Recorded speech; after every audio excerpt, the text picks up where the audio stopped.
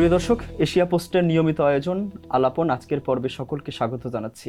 আজ অতিথি হিসেবে আছেন ঢাকা বিশ্ববিদ্যালয় কেন্দ্রীয় ছাত্র সংসদ ডাকসুর আলোচিত ভিপি সাদিক কায়েম। জুলাই গণ অভ্যুত্থানে ছিলেন সম্মুখ সারির ছাত্র নেতাদের অন্যতম। সে সময় ঢাকা বিশ্ববিদ্যালয় ছাত্র শিবিরের সভাপতি ছিলেন। পরে ডাকসু ভিপি নির্বাচিত হয়েছেন। কথা বলতে চাই দেশের বর্তমান ছাত্র রাজনীতি এবং ছাত্র সংসদ নিয়ে। জানতে চাই আগামী দিনের তারুণ্যের সম্ভাবনা নিয়ে তার ভাবনা। সাদিক কায়েম, কেমন আছেন? আলহামদুলিল্লাহ, ভালো আছি। আপনি কেমন আছেন? আছি আলহামদুলিল্লাহ। স্বাগত আপনাকে এশিয়া পোস্টের আজকের আয়োজনে। আপনাদেরকে ধন্যবাদ। এশিয়া পোস্টের যারা দর্শক শ্রোতা আছে তাদেরকে ধন্যবাদ। একেবারেই খাগড়াছড়িতে জন্ম এবং বেড়ে ওঠা আপনার, সেখানেই পড়াশোনা করেছেন ছাত্র জীবনের শুরুর দিকে। সেই খাগড়াছড়ির জায়গা থেকে এখনকার জাতীয় রাজনীতির একটা অংশ হিসেবে আপনি কাজ করছেন। বাংলাদেশের শ্রেষ্ঠ বিদ্যাপীঠ ঢাকা বিশ্ববিদ্যালয়ের কেন্দ্রীয় ছাত্র সংসদের নেতৃত্ব দিচ্ছেন। এই যে পথ চলা, বেড়ে ওঠা, কেমন ছিল অভিজ্ঞতা? আচ্ছা, আমার জন্ম হলো চট্টগ্রামের সাতকানিয়াতে। ওইখানে আমার দাদার বাড়ি এবং নানার বাড়ি। পরবর্তীতে আব্বু ব্যবসা করতো। আব্বু খাগড়াছড়িতে ওনার ব্যবসা ছিল, ওই সুবাদে খাগড়াছড়িতে যাওয়া। খাগড়াছড়িতে স্কুল জীবনটা খাগড়াছড়িতে পড়াশোনা করেছি। পরবর্তীতে দাখিল পরীক্ষা দিয়ে চট্টগ্রামে চলে আসি। চট্টগ্রাম বাইতুসরা মাদ্রাসা থেকে আলিম পরীক্ষা দিই, এরপরে ঢাকা ইউনিভার্সিটি। তো ছোটোবেলা থেকে যেহেতু একটা বৈচিত্র্যময় পরিবেশে ছিলাম, সেই বৈচিত্র্যের মধ্যে সবাই ছিল। আমার বাড়ির পাশে হচ্ছে যার বাড়ি তার হচ্ছে হিন্দুদের বাড়ি, এর পাশে হলো এটাকে রাখাইন পাড়া বলা হয়, যেখানে রাখাইনরা থাকে। এর পাশে থাকে চাকমা, মারমা, ত্রিপুরা, এবং পাশে আছে বৌদ্ধ মন্দির। তো ছোটোবেলা থেকে হচ্ছে বৈচিত্র্যের মধ্যে ঐক্য কীভাবে গড়তে হয় সেটা আমি শিখেছি। এবং আমরা যখন মাদ্রাসা শেষ করে আসতাম দুপুরে, তখন একসাথে সবাই মিলে খেলতাম সন্ধ্যা পর্যন্ত। অথবা হচ্ছে এলাকায় কোনো কাজ করার জন্য ঐক্যবদ্ধভাবে কাজ করা, এবং কেউ এলাকায় কোনো সমস্যায় পড়লে তাদের পাশে থাকা, তাদের যে কোনো সমস্যা ডিল করার চেষ্টা করা।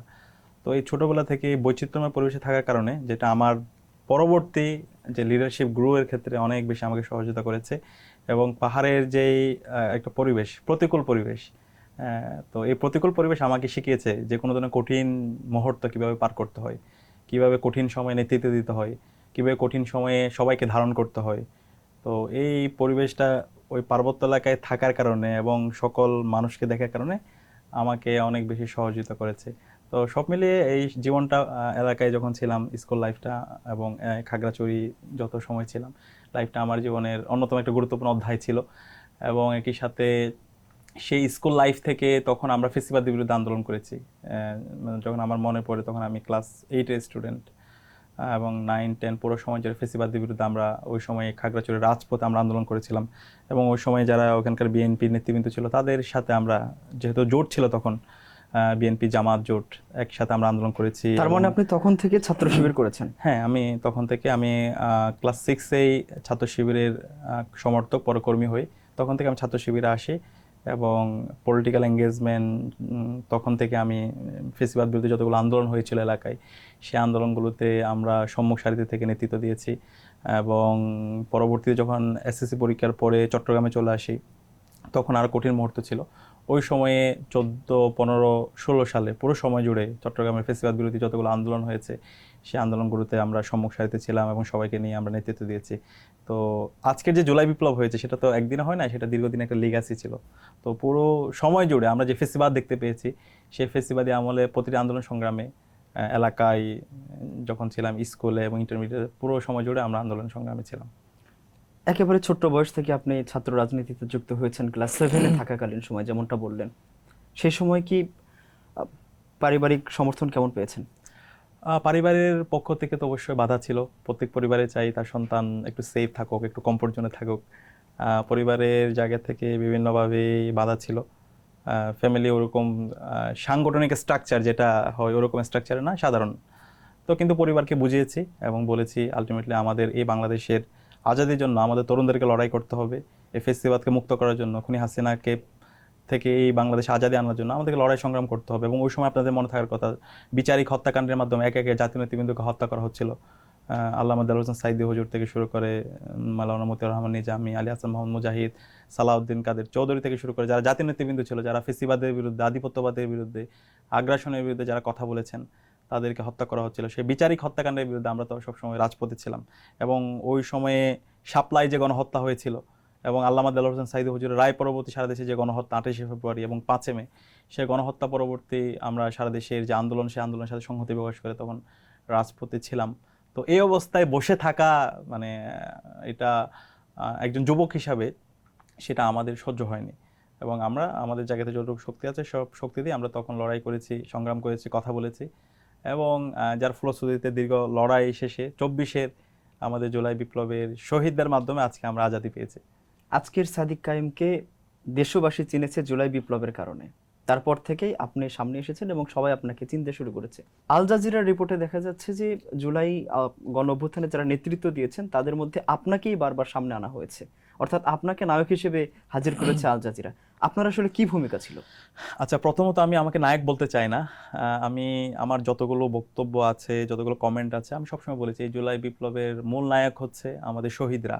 যদি হিরো বলি, মাস্টার মাইন্ড বলি, যাই বলি, যে যত বিশেষণ আমরা বিশেষায়িত করি, সেটা হচ্ছে আমাদের জুলাইয়ের শহীদরা। আজকে যে আমি আমার পরিচয় দিতে পারা, আজকে যে বাংলাদেশের একটা গণতান্ত্রিক বাংলাদেশ পাওয়া, আজকে যে বিএনপি চেয়ারপারসন মরহুমা বেগম খালেদা জিয়া মুক্তি পাওয়া, এবং পরবর্তীতে আজকে যিনি প্রধানমন্ত্রী হয়েছেন তারেক জিয়া, যিনি লন্ডনে ছিলেন ওইখান থেকে এসেছেন, আজকে যে স্বরাষ্ট্রমন্ত্রী শিলং থেকে এসেছেন, অথবা আজকে বাংলাদেশ জামাত ইসলামী থেকে শুরু করে ফেসিবাদ বিরোধী যতগুলো দল আছে তারা তাদের অফিস খুলতে পারা এবং জনপরিসরে আসতে পারা, এবং আমরা তো মানুষ ছিলাম না, আমরা নিজেদেরকে পরিচয় দিতে পারি, সব কিছু পেরেছি জুলাই বিপ্লবের শহীদদের আত্মত্যাগের মাধ্যমে। শহীদ আবু সাঈদ, শহীদ আলী রায়হান, শহীদ শান্ত, শহীদ ওয়াসিম, তাদের আত্মত্যাগের মাধ্যমে আজকে আমরা এই আজাদি পেয়েছি। তো মূল নায়ক হচ্ছে তারা। তারা আমাদেরকে রাস্তা দেখিয়েছে, তাদের রক্তের উপর ভিত্তি করে আজকে বাংলাদেশে আজাদি এসেছে, নতুন সূর্য উদিত হয়েছে। তো সেখানে মূল নায়ক হচ্ছে তারা, আর আমরা কিছু রোল প্লে করার আল্লাহ রহমতে হচ্ছে সুযোগ পেয়েছি। এবং এই জুলাই বিপ্লব যখন শুরু হয়েছিল, শুরু থেকে একদম পলিসি মেকিং এবং মাঠ পর্যায়ে সমন্বয়ের সাথে আমি কাজ করার সুযোগ পেয়েছি। এবং যেহেতু আমি ওই সময় ঢাকা বিশ্ববিদ্যালয় ছাত্র শিবিরের সভাপতি ছিলাম, এবং আন্দোলন যখন শুরু হয়, যারা আন্দোলনের ঘোষণা দিয়েছিল তাদের সাথে আমাদের দীর্ঘদিনের সখ্যতা ছিল, এবং যখন এই আন্দোলন শুরু হয় তখন শুরুতেই আমরা আলাপ করেছিলাম, এবং আমাদের পরিকল্পনা ছিল এই আন্দোলনটাকে শিক্ষার্থীদেরকে সম্পৃক্ত করে এটা একটা সার্বজনীন আন্দোলনের রূপ দেওয়া। কারণ গত 16 বছর অনেকগুলো আন্দোলন সংগ্রাম হয়েছে এবং প্রত্যেকটা আন্দোলনগুলো ব্যর্থ হয়েছে। আমরা জনগণকে সম্পৃক্ত করতে পারিনি, শিক্ষার্থীদেরকে সম্পৃক্ত করতে পারিনি। আন্দোলন হয়েছে সারা দেশব্যাপী, কিন্তু সেন্টার ঢাকায় বড় ধরনের কোনো আন্দোলন গড়ে তোলা যায়নি। এবং বিশেষ করে যদি সেন্টার আরও বলে, ঢাকা ইউনিভার্সিটিতে কোনো বড় আন্দোলন গড়ে তোলা যায়নি, এবং ঢাকা ইউনিভার্সিটি হচ্ছে সেন্টার পয়েন্ট। বাংলাদেশের যতগুলো আন্দোলন সংগ্রাম আছে সবগুলোর কিন্তু সেন্টার পয়েন্ট ঢাকা ইউনিভার্সিটি। তো আমরা আগে থেকে চাচ্ছিলাম এই ধরনের একটা সার্বজনীন একটা আন্দোলন, এবং আমরা বুঝতে পারছিলাম এই হাসিনার মতো একজন ফেসিস্টকে যদি আমরা পতন করতে চাই তাহলে একটা গণবিপ্লব দরকার। তো সেটার জন্য আমরা 2023 সাল থেকে বিভিন্ন অংশীজনদের সাথে কথা বলছিলাম, কিন্তু আলটিমেটলি দেখতে পেয়েছি বিভাজনের কারণে, ডিভাইড অ্যান্ড রোল পলিসির কারণে সেই ঐক্যটা আলটিমেটলি গড়ে ওঠে নাই। 28শে ফেব্রুয়ারি 2023 সাল কেন্দ্রিক আমরা চেষ্টা করেছিলাম একটা সর্বদলীয় ছাত্র ঐক্য এবং সকল রাজনৈতিক দলের একটা ঐক্যবদ্ধ প্ল্যাটফর্মের মাধ্যমে আমরা হাসিনা পতন আন্দোলন গড়ব। কিন্তু আলটিমেটলি ওই সময় দেখা গেছে বিভাজনের রাজনীতি, প্রেসক্রিপশনের রাজনীতি। তো আলটিমেটলি এই রাজনীতিগুলোর কারণে এই ঐক্যটা সুদৃঢ় হয় নাই। তো পরবর্তীতে তো 2024 সালে 7 জানুয়ারি নির্বাচন হলো, সেই নির্বাচনের পরে হাসিনা আসলো, এরপরে সবাই হতাশ, কিন্তু আমরা আশাহত হয়নি। আমরা আমাদের জায়গা থেকে যত অংশীজন আছে, ক্যাম্পাসে যত স্টেক হোল্ডার আছে, তাদের সাথে আমরা আমাদের আলাপ আলোচনা চালিয়ে গিয়েছি, এবং ক্যাম্পাসের যত অংশীজন সবার সাথে আমাদের আগে থেকে সখ্যতা ছিল। যে কোনো ধরনের বিষয়ে আমরা কোঅপারেশন আমরা কাজ করতাম। তো যখন এই জুলাই বিপ্লবের যখন এই কোটা সংস্কারের পক্ষে যখন আন্দোলন শুরু হয়েছে, যখন কোটা ব্যবস্থা বাতিল করলো হাসিনা, তখন আন্দোলন শুরু করার পর আমরা এটাকে কোনো ধরনের যেন এটাকে আমরা পলিটিসাইজ না করি, এটা যেন একটা সার্বজনীন আন্দোলন হয়, সেই জায়গায় আমরা ফোকাস দিই, এবং সেই অনুযায়ী আন্দোলন শুরু হয়। আন্দোলন শুরু হওয়ার পরে এখানে প্ল্যাটফর্মের নাম দেওয়া হয় বৈষম্য বিরোধী ছাত্র আন্দোলন, এবং আমাদের শর্ত ছিল এখানে কেউ তাদের দলীয় ব্যানার নিয়ে যাবে না, সবাই নিজেদের জায়গা থেকে সম্পৃক্ত হবে এবং এটাকে একটা সার্বজনীন আন্দোলন আমরা রূপ দিব।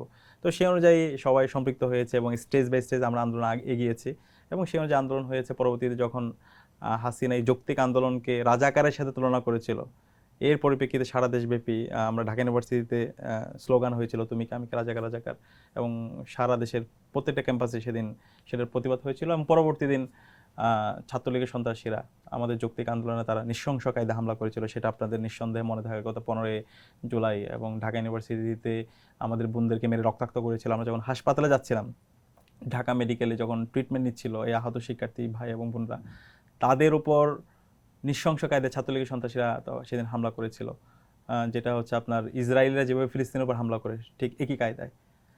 তো পরবর্তীতে আমরা সিদ্ধান্ত নিলাম আমরা এই আন্দোলনটা, যারা আমার বোনদেরকে মেরে রক্তাক্ত করেছে, আমরা আর এক মুহূর্ত তাকে সহ্য করবো না। এখন এই আন্দোলনটা আমরা সারা দেশব্যাপী ছড়িয়ে দেবো।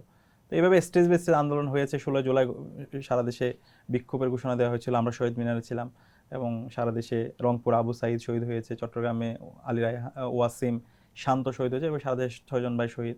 পরবর্তী 17 জুলাই তাদের গাইবানা জানাজা এবং ক্যাম্পাস বন্ধ করে দেওয়া। ক্যাম্পাস বন্ধ করে দেওয়ার পরবর্তীতে সবাই এক ধরনের হচ্ছে একটা হতাশার মধ্যে দিয়ে যাচ্ছিল, ক্যাম্পাস বন্ধ। কিন্তু আমরা দৃঢ় প্রতিজ্ঞ ছিলাম আমরা ক্যাম্পাস ছাড়বো না, এবং আমরা এই আন্দোলনটাকে সারা দেশব্যাপী ছড়িয়ে দেবো। এবং এই আলোকে তখন সকল অংশীদারদের সাথে আমরা কথা বলেছিলাম। পরবর্তীতে 18 জুলাই প্রাইভেট বিশ্ববিদ্যালয় আমাদের ভাই বোনরা যেভাবে রাজপথে নেমেছিল, এবং শহরে মধ্যবিত্ত শ্রেণী তারা যেভাবে রাজপথে নেমে আন্দোলনটাকে শক্তিশালী করেছিল, এই আন্দোলন, এই জুলাই বিপ্লব সফলতা হওয়ার পিছনে এই প্রাইভেট বিশ্ববিদ্যালয়ের শিক্ষার্থীদের কথাগুলো আমরা আজীবন শ্রদ্ধার সাথে স্মরণ করবো, কারণ এই দিনটা খুবই গুরুত্বপূর্ণ ছিল। পরবর্তীতে 18 জুলাই পরবর্তীতে আপনারা জানেন ইন্টারনেট ব্ল্যাক আউট করে দেওয়া হয়। তো ওই সময়ে ইন্টারনেট যখন ব্ল্যাক আউট ছিল এবং যখন পরবর্তীতে কারফিউ জারি করা হয়, ওই ক্রুশাল সময়ে অ্যাক্টিভ রোল প্লে করার মানে আমার অনেকগুলো সুযোগ হয়েছিল, এবং অনেকগুলো কাজ, অনেকগুলো স্মৃতি আছে। এখন বললে এটা অনেক অনেক সময় জুড়ে বলা যায়।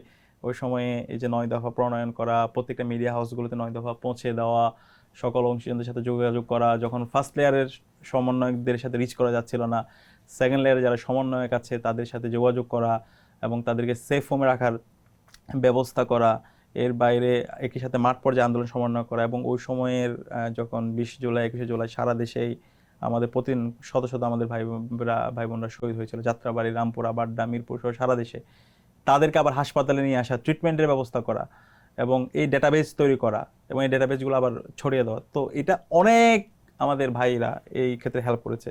এবং ইন্টারনেট যখন ব্ল্যাক আউট ছিল ওই সময় এই তথ্যগুলো আবার সারা বিশ্বব্যাপী পৌঁছে দেওয়া, এক্ষেত্রে আমাদের এই ডেটাগুলো আমরা নিয়ে এসে আমাদের কিছু ভাইদের মাধ্যমে আমরা বর্ডার সাইডে পাঠিয়ে দিয়েছিলাম, তাদের মাধ্যমে দেশের বাইরে এই তথ্যগুলো পৌঁছে দেওয়া। তো এরকম অসংখ্য স্মৃতি আছে। তো এইখানে অনেকগুলো মানুষের অবদান আছে, এবং যে সময় কাজ করেছিল প্রত্যেকেই রাজপথে নেমেছিল, কাজগুলো করছিল, তারা এর পরের মুহূর্তে তারা শহীদ হতে পারে, কিন্তু কেউ এক মুহূর্তের জন্য তারা ভয় পায়নি। পুরো আন্দোলন জুড়ে আপনার নির্দিষ্ট করে কোন ভূমিকাটা বেশি গুরুত্বপূর্ণ মনে হয়েছে? এখানে পুরো সময় জুড়ে প্রত্যেকটা ভূমিকায় গুরুত্বপূর্ণ, কিন্তু এই যখন ইন্টারনেট ব্ল্যাক আউট ছিল, কারফিউ জারি ছিল, ওই সময়ে সামগ্রিক কাজের সমন্বয়ের সাথে আমি জড়িত ছিলাম, সকল স্টেক হোল্ডারের সাথে যোগাযোগ করা। এবং তখন যখন 26শে জুলাই যখন নাহিদ, আসিফ এরা যখন এতে ছিল গণস্বাস্থ্য হাসপাতালে, এবং তাদেরকে পুরো ওই আবৃত করে রাখা হয়েছিল, তাদেরকে ডিবি, পুলিশ এবং বিভিন্ন এজেন্সি দ্বারা, তখন হান্নান মাসুদ, মাহিন সরকার, রিফাত রশিদ, সাথে আরও কয়েকজন ছিল, তারা একটা প্রেস কনফারেন্স করার কথা ছিল। প্রেস কনফারেন্স পরবর্তীতে তাদের সে করার অবস্থা ছিল না, এরপরে আপনার হচ্ছে কুয়েত মৈত্রী হাসপাতালে গিয়েছিল, ওইখানে করার কথা ছিল। ওইখানেও পরবর্তীতে তাদেরকে ঘিরে ফেলা হয়, পরবর্তীতে ওইখান থেকে তাদেরকে বের করা। এবং সেই সময়ে আমি বিভিন্ন ডেটাবেস, ডকুমেন্ট, গণহত্যার ছবি, সব কিছু নিয়ে মোসাদ্দিক আলী ইবনে মোহাম্মদ, যে ডাকসুর এখন সাহিত্য সম্পাদক, এবং ছাত্রদলের নেতা জাহাঙ্গীরনগর বিশ্ববিদ্যালয় জিশান, এরকম তাদের মাধ্যমে আমি হচ্ছে বাংলা মোটর থেকে ডকুমেন্টসগুলো ওইখানে পাঠাই, এবং ঢাকা মহানগর উত্তর ছাত্র শিবিরের ওই সময় সেক্রেটারি রেজাল করিম শাকিল সহ মহানগরের যারা নেতৃবৃন্দ ছিল তাদেরকে বলি হচ্ছে পুরো হাসপাতালে যেন তারা নিরাপত্তা এনশিওর করে, এবং হাসপাতাল অথরিটির সাথে কথা বলি, এবং তাদের জন্য 3টা অ্যাম্বুলেন্স ম্যানেজ করে ওইখান থেকে বের করে নিয়ে এসে পরবর্তীতে তাদেরকে সেফ হোমে নিয়ে যাওয়ার জন্য ব্যবস্থা করি। এবং ওই সময়টা খুবই ক্রুশাল ছিল, কারণ ফার্স্ট লেয়ারে যারা সমন্বয়ক তাদেরকে আবার নিয়ে তাদেরকে হচ্ছে অ্যারেস্ট করে রাখা হয়, এবং সেকেন্ড লেয়ারে যে সমন্বয়ক আছে তাদেরকেও যদি আবার অ্যারেস্ট করে নেওয়া হয় তাহলে আন্দোলনটা ওখানে থমকে যাবে। তো সেটা যেন না হয়, তাদেরকে সেফ হোমে নিয়ে যাওয়া। তখন তাদের পক্ষ থেকে পরামর্শ ছিল একটা এম্বাসিতে নিয়ে যাওয়ার জন্য, তখন আলটিমেটলি সেটা হয় না। পরবর্তীতে অন্য জায়গায় সেফ হোমে রাখার ব্যবস্থা করা, ইন্টারনেট ছিল না, ওয়াইফাই ছিল। তো তখন সকল অংশীদারদের সাথে আমি প্রায় 30 থেকে 35টা স্টেক হোল্ডারের সাথে তখন আমার কমিউনিকেশন হয়েছিল, যাদেরকে আমি চিনি না, কিন্তু আমার জায়গা থেকে আমি একটা পারছি না, অন্যটাই আমি চেষ্টা করছি। তখন এই যে জুলকান্নার সাহেব, ওনার সাথে আমার যোগাযোগ হয়, আর অনেকের সাথে তখন যোগাযোগ হয়। তো সবাই সহযোগিতা করেছিল। এইভাবে মোটামুটি যখন এই সময় জুড়ে 19শে জুলাই থেকে একদম 2 অগাস্ট পর্যন্ত যখন কেউ ছিল না, যখন প্রথম সারির সমন্বয়করা ডিবি কার্যালয়ে ছিল অথবা হচ্ছে কানেকশনের বাইরে ছিল, এই পুরো সময় জুড়ে আন্দোলনটাকে সুসংহত করা, সারা দেশব্যাপী কোঅর্ডিনেট করা, এবং সকল অংশীদারদের সাথে যোগাযোগ করা, আন্দোলনের নীতি নির্ধারণ করা, এবং সবাইকে বিভিন্ন ধরনের সেফ হোম এনশিওর করার চেষ্টা করা, এই সকল কাজের সাথে আমি জড়িত ছিলাম। এবং এর বাইরে অসংখ্য এখানে হাজার হাজার আমাদের ভাই বোনদের রোল আছে, আমাদের যারা প্রবাসী আছে তখন তারা গুরুত্বপূর্ণ রোল প্লে করেছে।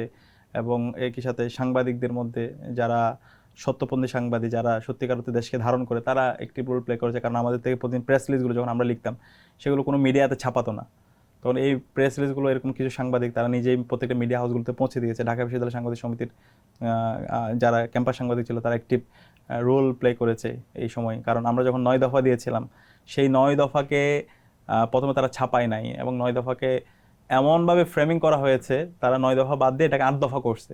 এবং 9 দফার প্রথম দফায় ছিল ছাত্র হত্যার দায় নিয়ে খুনি হাসিনাকে জাতির কাছে প্রকাশ্য ক্ষমা চাইতে হবে। তো এই প্রথম দফায় তারা বাদ দিয়ে দিয়েছিল, এবং 8 দফা এমনভাবে তৈরি করেছিল এটার মাধ্যমে হাসিনা কিছু হবে না। কিন্তু আমরা বলেছিলাম 9 দফায় হচ্ছে ছাত্র জনতার মুক্তির দফা, এবং এই 9 দফায় আমরা ইস্টাবলিশ করার জন্য তখন সকল মিডিয়ায় পৌঁছে দিয়েছিলাম। এবং যখন মিডিয়া যাচ্ছিল তখন আমাদের পিছনে ইন্টেলিজেন্সের লোকরা, এজেন্সির লোকরা রেগুলার ফলো করছিল, কয়েকজনকে অ্যারেস্ট করে নিয়ে গিয়েছিল। তো কিন্তু জীবনের ঝুঁকি নিয়ে আমরা গিয়েছিলাম। তখন আন্তর্জাতিক যে পত্রিকাগুলো আছে এইগুলোতে আমরা পৌঁছে দিয়েছিলাম, এবং এর মাধ্যমে পরবর্তীতে এটা আল জাজিরায় আসে, এবং এটার পিছনে অনেকগুলো স্টোরি আছে। এবং একই সাথে 9 দফা এটা যেন বিশ্বাসযোগ্য হয়, এটার জন্য আমরা তখন আব্দুল কাদের তাকে সেফুমে নিয়ে যাওয়ার পর তার থেকে ভিডিও বার্তা নিয়ে আসা হয়। ভিডিও বার্তা পেন ড্রাইভে করে নিয়ে এসে তারপর প্রত্যেকটা মিডিয়াগুলোতে আমরা একই সাথে ভিডিও বার্তা পৌঁছে দিয়েছি। তো এরকম অসংখ্য স্মৃতি আছে, এবং ওই সময় আমরা এই রোলগুলো প্লে করার সুযোগ পেয়েছি। এবং মাঠ পর্যায়ে আন্দোলন সমন্বয় করার জন্য ছাত্র শিবিরের এখন যিনি বর্তমান সেক্রেটারি জেনারেল সিবগাতুল্লাহ, উনি গুরুত্বপূর্ণ রোল প্লে করেছে। এই শিবিরের তখন প্রচার সম্পাদক মাহাদি আল মাহমুদ, ওনার একটি রোল ছিল। এভাবে অনেকের রোল ছিল, কিন্তু ওই সময়ে আলহামদুলিল্লাহ আমরা আমাদের একটি রোলগুলো প্লে করার সুযোগ পেয়েছি। এবং সবচেয়ে বড় রোল ছিল শহীদদের, গাজীদের। এর বাইরে আমরা কিছু কন্ট্রিবিউশন করার সুযোগ পেয়েছি। এবং আজকে ফেসিবাদ বিরোধী আজকে নতুন যে বাংলাদেশ, সেই বাংলাদেশের পিছনে মূল কারিগর হচ্ছে আমাদের শহীদরা। এর বাইরে আমরা কিছু কন্ট্রিবিউট করার সুযোগ পেয়েছি। আপনি বললেন সারা বাংলাদেশে সব ক্ষেত্রেই আপনি যোগাযোগ করতে পেরেছেন। আপনার এই যোগাযোগ করাটা এত সহজ হয়েছে কিভাবে? যেহেতু আমার আগের থেকে সবার সাথে কানেকশন ছিল, আমার ক্যাম্পাসে যত স্টেক হোল্ডার ছিল তাদের সাথে আমার যোগাযোগ ছিল। সারা দেশের যতগুলো বিশ্ববিদ্যালয় আছে, বিশ্ববিদ্যালয়ের যারা নেতৃত্ব পর্যায়ে আছে, যারা সমন্বয়ক, তাদের সাথে আমার যোগাযোগ ছিল। একই সাথে বিভিন্ন ছাত্র সংগঠন যারা লিডারশিপ পর্যায়ে ছিল তাদের সাথে যোগাযোগ ছিল। বিভিন্ন স্টেক হোল্ডার, সাংবাদিক যারা ছিল, অ্যাক্টিভিস্ট যারা ছিল, তাদের সাথে যোগাযোগ ছিল। তো যে কারণে সেটা আমার, এবং একই সাথে আমি তো চেষ্টা করে গিয়েছি, সে যে হোক। তখন কি যখন আপনি ধরেন সাদিক হচ্ছে খানকে যখন সবাই চিনতো? যখন না, আমাকে সবাই চিনতো না, কিন্তু আমি তখন আমার পরিচয় যাকে যেভাবে কনভিন্স করা যায় আমি সেই কনভিন্স করার চেষ্টা করেছি। আমি আমার আপডেটগুলো দেওয়ার চেষ্টা করেছি। যখন দেখতে পেয়েছে আমার মাধ্যমে তারা অথেন্টিক আপডেটগুলো পাচ্ছে, তখন তাদের একটা ট্রাস্ট তৈরি হয়েছে, তখন তারা আমার সাথে কমিউনিকেশন বিল্ড আপ করেছে। হ্যাঁ, আমি যখন ধরেন হচ্ছে সারা দেশে গ্রেফতার চলছে, তখন আমরা চিন্তা করছিলাম কি কর্মসূচি দেওয়া যায়। তখন যেহেতু এই অ্যারেস্টটা বন্ধ করা দরকার, তখন আমরা চিন্তা করলাম মার্চ ফর জাস্টিস। তো এই নামটা প্রস্তাব করেছিল ঢাকা বিশ্ববিদ্যালয় সাংবাদিক সমিতির সাবেক দপ্তর সম্পাদক তাওসিফুল ইসলাম। এই নামটাই তাকে বলছিলাম 2-3টা নাম দাও, এই গণগ্রেপ্তার এটা বন্ধের জন্য আমরা একটা কর্মসূচি দিব। তখন সে বলছে হচ্ছে ভাই এটা দেওয়া যায় কিনা, মার্চ ফর জাস্টিস, এবং আদালত প্রাঙ্গণে আমরা এই কর্মসূচিটা পালন করব। তো সেই আলোকে পরবর্তী মার্চ ফর জাস্টিস কর্মসূচি দিয়েছিলাম। এরপর আমি সকল আইনজীবীদের সাথে, সিনিয়র আইনজীবীদের সাথে আমি যোগাযোগ করেছি, এবং বিশ্ববিদ্যালয়ের শিক্ষকদের সাথে আমরা যোগাযোগ করেছি। তার মানে আপনি এবং যেটা এই বললেন, শিক্ষকদের মধ্যে যারা বিএনপি পন্থী শিক্ষক আছে, সাদা দলের এখন ঢাকা ইউনিভার্সিটির যিনি উপাচার্য ওবায়দ স্যার, ওনার সাথে আমি কথা বলেছি। আসিফ নজরুলের সাথে কথা বলেছি, তানজিম স্যারের সাথে কথা বলেছি। যত পন্থী, জামাতপন্থী যে শিক্ষকগুলো আছে, জহির স্যার, ওনার সাথে, মানে যত স্টেক হোল্ডার আছে, এটা হচ্ছে বামপন্থী, ডানপন্থী, ইসলামপন্থী, সবার সাথে আমি কথা বলেছি, এবং সবার সাথে আমি যোগাযোগ করেছি। কারোর সাথে আমি সাদিক নামে, কারোর সাথে আমি সালমান নামে, হ্যাঁ, যার সাথে আমি যেভাবে হোক যোগাযোগ করেছি, এবং পরবর্তীতে তাকে আপডেট দিয়েছি। যখন আমি তাকে আপডেট দিচ্ছি, যখন দেখতেছে আমি যেভাবে হচ্ছে আপডেটটা দিচ্ছি ওইটাই হচ্ছে পরবর্তীতে, তখন তাদের একটা ট্রাস্ট তৈরি হয়েছে, এবং আমার সাথে কমিউনিকেশন বিল্ড আপ করেছে। একই সাথে অন্যান্য যে স্টেক হোল্ডার, অনেক স্টেক হোল্ডারের সাথে আমি কানেক্টেড ছিলাম। আপনি বলছেন যে আপনাকে সাদিক কায়েম নামে চিনতো না, তাহলে কি আপনি পরিচয় গোপন করে কাজ করেছেন? না, পরিচয় গোপন বলতে মূল যারা এখানে আন্দোলনের মূল সমন্বয়ক যারা ছিল তারা আমাকে সবাই সাদিক নামেই চেনে।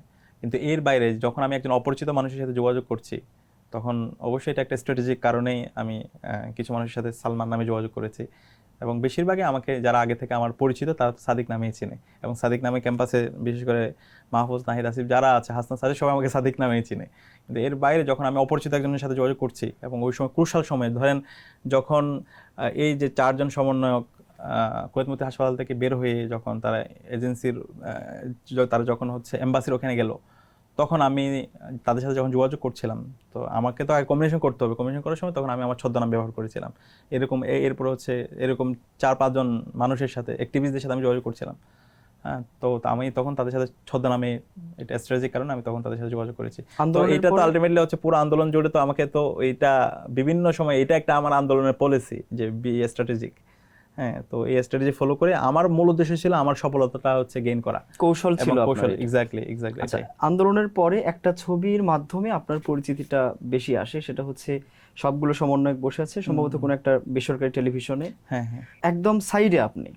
তো এই ছবিটার একটু ব্যাখ্যা জানতে চাই, আপনি সাইডে কেন ছিলেন? মানে যেভাবে আপনি আচ্ছা, কাজ করেছেন মাঝখানে থাকতে না পারতেন। আমি তো যখন হাসিনা যখন পালাইছে পরবর্তীতে, তখন আমরা এটার ফরমেশন এবং এর আগেও কিন্তু আমরা ফরমেশন নিয়ে আলাপ করছিলাম। আমাদের কাছে 2রা আগস্ট থেকে আমাদের কাছে পরিষ্কার যে হাসিনা থাকতেছে না। আচ্ছা, যখন হাসিনা পালাবে অথবা সে যখন পদত্যাগ করবে, সরকারের রূপরেখা কি হবে, তখন ওটা নিয়ে আমরা নিজেদের মধ্যে আলাপ করছিলাম লম্বা সময় জুড়ে।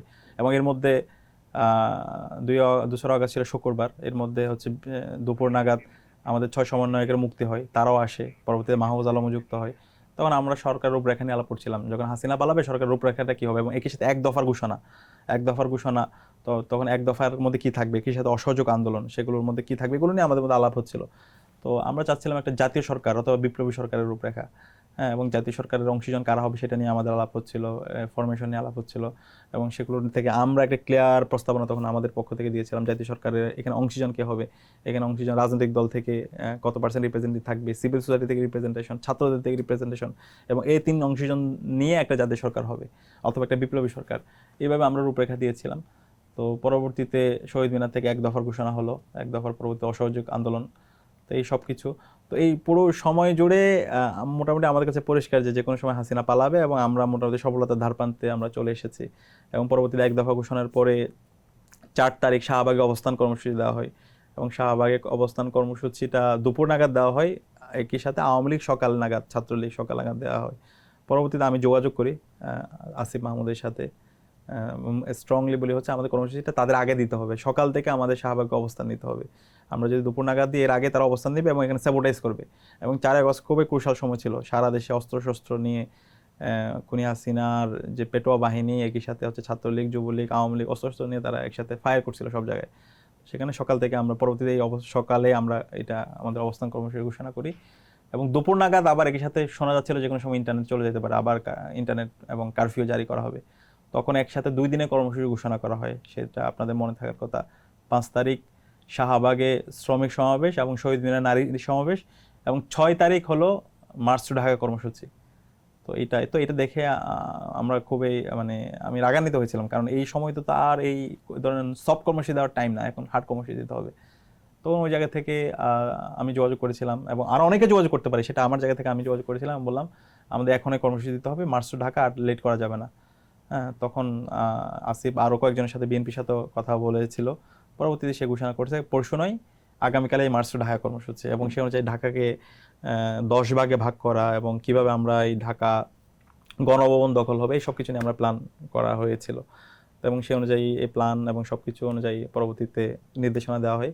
5 আগস্ট সকাল থেকে আমরা প্রস্তুতি নিচ্ছিলাম, এবং আপনাদের জন্য দুপুর নাগাদ হাসিনা পালানোর পরে তখন আমরা একত্রিত হই। প্রথমে আমরা সেন্ট্রাল মসজিদের ওইখানে ছিলাম, ঢাকা ইউনিভার্সিটির ওইখান থেকে পরবর্তীতে একটা স্যাটেলাইট মিডিয়ার অফিসে ওইখানে বসে, পরবর্তীতে হচ্ছে ওইখানে যেহেতু আমার অ্যাক্টিভ রোলটা ছিল পুরো সময় জুড়ে শুরু থেকে, এবং যখন কেউ ছিল না ক্রুশাল সময়, সেই সময়ে সকল অংশীজনদের সাথে কমিউনিকেশন করা, এবং হচ্ছে সামগ্রিকভাবে আন্দোলনটাকে এভাবে তুলে নিয়ে আসা। তো যেহেতু অ্যাক্টিভ রোল ছিল, এবং ওই সময় ওই জায়গা থেকে আমিও ওই সময় প্রথমবার মতো প্রেস কনফারেন্সে তাদের সাথে ওখানে বসি। ওই সময় আমাদের কাছে মানে উদ্দেশ্যটা ছিল গেইন করা, সফলতা আসা। এখানে কে কোন জায়গায় বসছে এটা কোনো ফ্যাক্টর না আর কি, ওইটা চাইলে তো আমরা চাইলে অনেক কিছু করতে পারতাম। জুলাই আন্দোলনের কোন মুহূর্তটা আপনাকে বেশি টাচ করে এবং বেশি স্মরণ করায়? ওইটা ছিল যখন 19শে জুলাই, ওই দিন শুক্রবার ছিল, যখন ইন্টারনেট হঠাৎ করে চলে গেল, সব কিছু ডিসকানেক্টেড। এর আগে যেটা হয়েছে, ইন্টারনেট ছিল, আমরা যে কোনো সময় হোয়াটসঅ্যাপে দেশের বাইরে সব জায়গায় আমি কথা বলতে পারতেছি, কী হচ্ছে না হচ্ছে আমি আপডেট পাচ্ছি। তো হঠাৎ করে যখন ইন্টারনেট চলে গেল 18 জুলাই রাতে, এবং এরপর থেকে সব কিছু ডিসকানেক্টেড, পরবর্তী আন্দোলনের ভবিষ্যৎ কী হবে সেটা মানে হচ্ছে কিছু বোঝা যাচ্ছিল না। এবং ওই সময় স্যাটেলাইট যে মিডিয়াগুলো ছিল এবং প্রিন্ট মিডিয়ায় ক্রমাগতভাবে মিথ্যাচার করা হচ্ছিল। আপনাদের নিঃসন্দেহে মনে থাকার কথা, তখন বলা হচ্ছিল মানে শিক্ষার্থীরা এখন পড়ার টেবিলে ফিরে গেছে এবং সরকার শিক্ষার্থীদের যে কোটা দাবি সেটা মেনে নিছে এবং সমন্বয়ের একটা অংশকে তারা তখন বিভিন্নভাবে মিটিংয়ে বসানোর চেষ্টা করছিল, নেগোসিয়েশন করার চেষ্টা করছিল, বিভিন্ন এটাকে ফ্রেমিং করছিল এবং মিষ্টি বিতরণ হচ্ছে।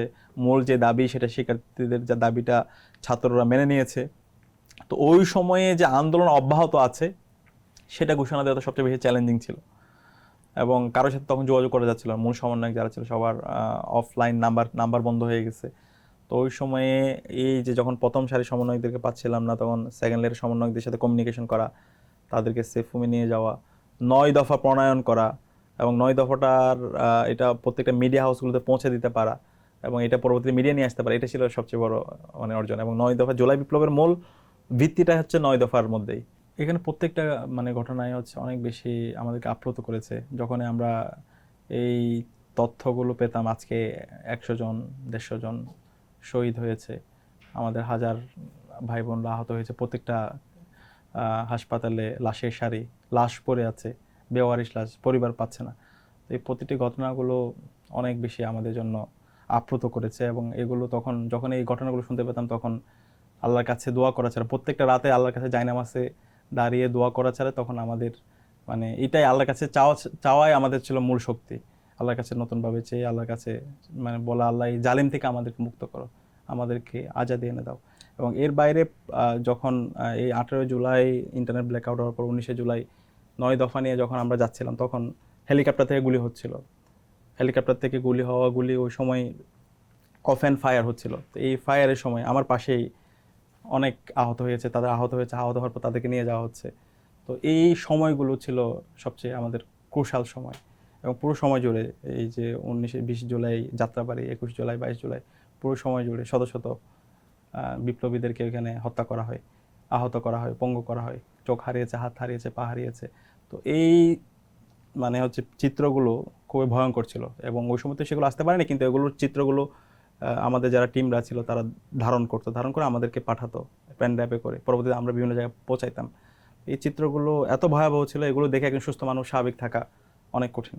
এই আন্দোলনের কি নির্দিষ্ট কোনো মাস্টার মাইন্ড ছিল? মানে আমরা দেখেছি যে প্রধান উপদেষ্টা একজনকে মাস্টার মাইন্ড বলেছেন, আবার বিভিন্ন রাজনৈতিক দলও তাদের মতো করে এক একজনকে অনেক সময় এক একবার মাস্টার মাইন্ড বলছেন। আবার আল জাজিরায় আপনাকে এক প্রকার মাস্টার মাইন্ডের মতোই উপস্থাপন করা হয়েছে। আসলে এই মাস্টার মাইন্ড কে ছিলেন? না, মাস্টার মাইন্ড ছিল শহীদরা, মাস্টার মাইন্ড ছিল গাজীরা, এর বাইরে কোনো মাস্টার মাইন্ড নাই। এবং মাস্টার মাইন্ড এটা আল্লাহর পক্ষ থেকে একটা সাহায্য। এখানে হাসিনা তার সর্বশক্তি ব্যবহার করেছে কিন্তু সে ব্যর্থ হয়েছে। শহীদরা, আবু সাঈদরা, আলী রায়হানরা, শান্তরা তাদের দুই হাতকে প্রসারিত করে তারা জীবন দিয়েছে। তো এই মাস্টারমাইন্ড হচ্ছে শহীদরা, মাস্টারমাইন্ড হচ্ছে আলী রায়হানরা, আবু সাঈদরা। তো আমরা যেন তাদেরকে শ্রদ্ধার সাথে স্মরণ করি এবং তাদের আকাঙ্ক্ষার কথাগুলো আমরা যেন সবসময় মনে রাখি। তারা জীবন দিয়েছে কেন? তারা জীবন দিয়েছে একটা নতুন বাংলাদেশ। এই যে ফেসিবাদী যে কাঠামো আছে সেই কাঠামোকে বিলুপ্ত করে নতুন একটা রাজনৈতিক সংস্কৃতি বিনির্মাণ করা। তো সেই বাংলাদেশ বিনির্মাণ করা এটা হচ্ছে এখন আমাদের মূল উদ্দেশ্য। আপনারা তো যারা একসাথে সমন্বয়ক ছিলেন, তারা এখন দেখা যাচ্ছে সব সমন্বয়ক আসলে এখন একসাথে নাই। এমনও হচ্ছে যে কোনো কোনো সেই সময়ের সমন্বয়ক এখন একজন আরেকজনের বিরোধিতা করছে। আবার আপনারা যারা ফ্যাসিবাদ বিরোধী আন্দোলনে ছিলেন, ছাত্র দল, ছাত্র শিবির, আপনারা যারা বিভিন্ন রাজনৈতিক সংগঠনগুলো একসাথে ছিলেন, তাদের মধ্যে একটা বিভেদ তৈরি হয়েছে। এই বিভেদটার সূত্রপাত আসলে কি ছিল? কেন বিভেদ তৈরি করতে হলো? এটা অপ্রত্যাশিত, মানে এই ধরনের বিভেদ তৈরি হওয়া অথবা হচ্ছে একজন আরেকজনকে ব্লেমিং করা, ফ্রেমিং করা। আমরা আশা করেছিলাম যারা দায়িত্বে ছিল তখন বিপ্লব পরবর্তী, তাদের অনেক বড় রোল ছিল, যারা ছাত্র উপদেষ্টা হয়েছিল। তো ছাত্র উপদেষ্টাদের ছোটলোকির কারণে এবং সবাইকে ধারণ না করতে পারার কারণে এটা হয়েছে। তারা যদি সবাইকে ধারণ করতে পারতো, সবাইকে নিয়ে একসাথে চলতে পারতো, সবাইকে রিকগনিশন, স্বীকৃতিটা যদি ঠিকঠাক মতো দিত, তাহলে আজকে অন্যরকম হতে পারতো। তো সেই কারণে আমাদেরকে আজকে যে অবস্থা এসেছে এটাকে জন্য অন্যতম একটা দায়ী ছাত্র উপদেষ্টা ওই সময় যারা ছিল তাদের অযাচিত মন্তব্য এবং তাদের বিভিন্ন ক্ষেত্রে অপরিপক্ক আচরণ। একই সাথে রাজনৈতিক দলগুলোর যে অ্যাম্বিশন, তখন পরবর্তীতে আমরা দেখতে পেয়েছি বিএনপি তারা দ্রুত নির্বাচন, এবং প্রথমে তারা দাবি করেছিল বিপ্লব পরবর্তী 3 মাসের মধ্যে নির্বাচন, যত দ্রুত নির্বাচন। তো নির্বাচনের জন্য তো এত ছেলে রক্ত দেয় নাই, তারা চাইছিল একটা নতুন কাঠামো বিনির্মাণ করা। নতুন রাষ্ট্র বিনির্মাণ করা, দেশের মধ্যে ইনসাফ যেন প্রতিষ্ঠা হয়, যেন কোনো প্রতিষ্ঠান আর কখনো ফেসিস্ট হয়ে উঠতে না পারে, ফেসিবাদের যে উপাদানগুলো আছে সেগুলোকে একদম সমূলে উৎপাটন করা। তো সেটার জন্য এবং আপনার একই পুরো সাথে যারা জুলাই ইন্টারিম যারা উপদেষ্টা ছিল, সেই উপদেষ্টারাও তারা জুলাইকে ধারণ করতে পারেনি। ধারণ না করে তারা তাদের ব্যক্তি স্বার্থ, তারা এটা ব্যক্তি স্বার্থকে বেশি প্রাধান্য দিয়েছে এবং একই সাথে তারা ফেসিবাদের সাথে আপোষ করেছে।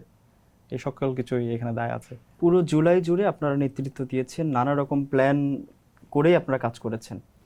5ই আগস্টের পরে এখন মনে হয় কিনা যে 5ই আগস্টের পরে কোনো একটা পরিকল্পনা আপনাদের ভুল ছিল, যেটা করা উচিত ছিল করতে পারেননি, এরকম কিছু হয় কিনা? না, এটা অবশ্যই 5ই আগস্ট থেকে 8ই আগস্ট যখন সরকার ছিল তখন তো মানে যে সরকার অন্তর্বর্তীকালীন সরকার, এটা তো না হয় যদি এটা বিপ্লবী সরকার হতো, এটা যদি হচ্ছে জাতীয় সরকারও যদি হতো তাহলে এটা অনেক শক্তিশালী সরকার হতো এবং মৌলিক রিফর্মগুলো করে ফেলা সম্ভব ছিল। তখন অবশ্যই ওই সময়ের যে ভুল, সেই ভুলের হচ্ছে এখন পর্যন্ত আমাদেরকে ভুলের হচ্ছে মাসুল আমাদেরকে দিতে হচ্ছে। তো এবং পরবর্তীতেও অন্তর্বর্তীকালীন সরকার হওয়ার পরেও যদি সবাই ঐক্যবদ্ধভাবে যে তারা কনসেনসাসে এসেছে যে ঐক্যমত হয়েছে, সে ঐক্যমতের ভিত্তিতে যদি সবগুলো বাস্তবায়ন করতো, তাহলেও এই জুলাইয়ের ফসলটা আমরা গড়ে তুলতে পারতাম। কিন্তু আলটিমেটলি এই সব কিছু ব্যাহত হয়ে যাচ্ছে। আপনারা বিপ্লবী সরকার যে করতে পারলেন না, এর জন্য কাকে দায়ী করবেন? এটার জন্য অবশ্যই এখানে দায়টা তো রাজনৈতিক দলগুলোর যেমন আছে, একই সাথে ওই সময়ে যারা ছাত্র নেতৃত্ব আছে সবার দায় আছে এবং আমাদের ইমেচিউরিটি এবং ওই সময় যে এস্টাবলিশমেন্ট ডিপ স্টেট তাদের যে মেকানিজম, এই এক মেকানিজমের জালের মধ্যে সবাই পড়ে গিয়েছিল। জুলাই গণ অভ্যুত্থানের পরে আপনি সাদিক কায়েম পরিচিতি পেয়েছেন এবং এই পরিচিতির কারণেই আপনার জন্য ডাকসুর ভিপি হওয়া সহজ হয়েছে হয়তোবা। ইশতেহার দিয়েছিলেন আপনারা, যেসব ইশতেহার দিয়েছিলেন কতটা পূরণ করতে পেরেছেন? ছাত্রদল সরাসরি অভিযোগ করেছে যে আপনারা ইশতেহার বাস্তবায়ন করতে পারছেন না, কি বলবেন? আচ্ছা, এটা হলো অভিযোগের জন্য অভিযোগ দেওয়া। আমরা যে কোনো ধরনের সমালোচনাকে স্বাগত জানাই, কিন্তু সমালোচনার নামে যদি কেউ বিষোদ্গার করে তখন এটা খুবই অপ্রত্যাশিত, অথবা মিথ্যাচার করে সেটাও খুবই অপ্রত্যাশিত। আমরা দায়িত্ব নেওয়ার পরে আমরা এক মুহূর্তের জন্য আমরা থামিনি। শত সীমাবদ্ধতা আছে, অসহযোগিতা আছে, কিন্তু আমরা প্রতিনিয়ত আমাদের কাজ জারি রেখেছি। এবং আপনারা জানেন দীর্ঘদিন ডাকসু অকার্যকর ছিল, বিশ্ববিদ্যালয়ে প্রচণ্ড এখানে বিভিন্ন জায়গায় সিন্ডিকেট।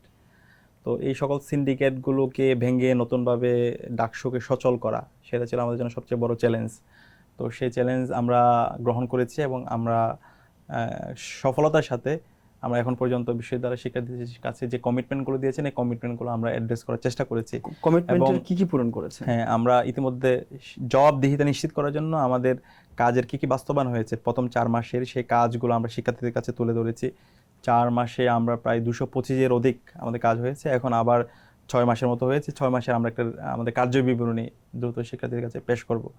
তো এখানে শিক্ষার্থীদের দীর্ঘদিনের একটা দাবি ছিল, বিশ্ববিদ্যালয়ের অনাবাসিক শিক্ষার্থীদের দাবি সন্ধ্যাকালীন বাস চালু করা, যেটা 104 বছরে চালু হয় না, সেটা আমরা চালু করেছি। এরপর হলো আপনার কুমিল্লা পর্যন্ত বাস সার্ভিস, এটা অনাবাসিক শিক্ষার্থীদের, সেটা আমরা চালু করেছি। এরপর শনিবারের বাস সার্ভিস, যেটা শিক্ষার্থীদের দাবি, সেটা খুব দ্রুতই চালু হতে যাচ্ছে। এরপর হলো আমাদের শিক্ষার্থীদের দীর্ঘদিনের দাবি, আমাদের সেন্ট্রাল যেই ফিল্ড আছে শারীরিক শিক্ষা কেন্দ্র, সেই শিক্ষা কেন্দ্রের যেন সংস্কার হয়, সেটা যেন আমরা 2 কোটি টাকার একটা ফান্ড নিয়ে এসেছি বিসিবি থেকে, এবং সেটারও আমূল পরিবর্তন হবে।